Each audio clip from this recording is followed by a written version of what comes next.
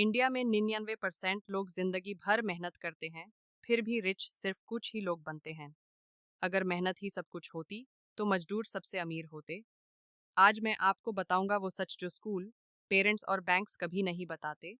हमें बचपन से एक ही फॉर्मूला सिखाया जाता है, अच्छी पढ़ाई करो, अच्छी जॉब लो और सेफ लाइफ जियो।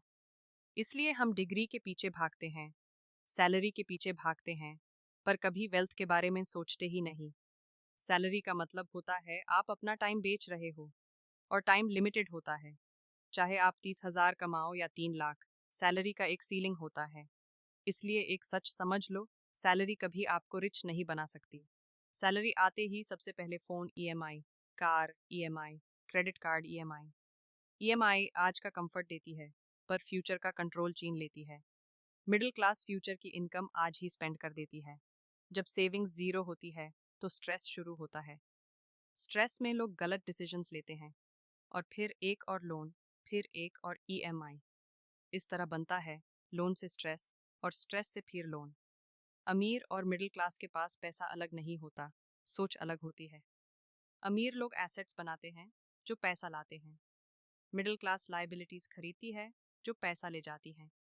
स्कूल में हमें मैथ्स, साइंस, हिस्ट्री सिखाई जाती है, पर टैक्स, इन्वेस्टमेंट, कैश फ्लो कुछ भी नहीं।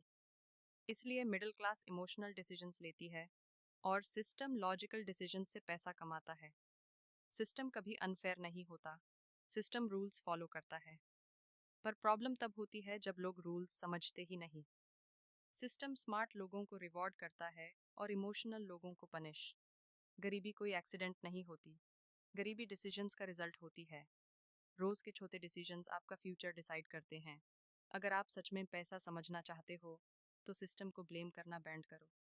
अपनी सोच बदलो, डिसीजंस बदलेंगे, और फिर रिजल्ट भी बदलेंगे। यही है हिडन मनी ट्रूथ।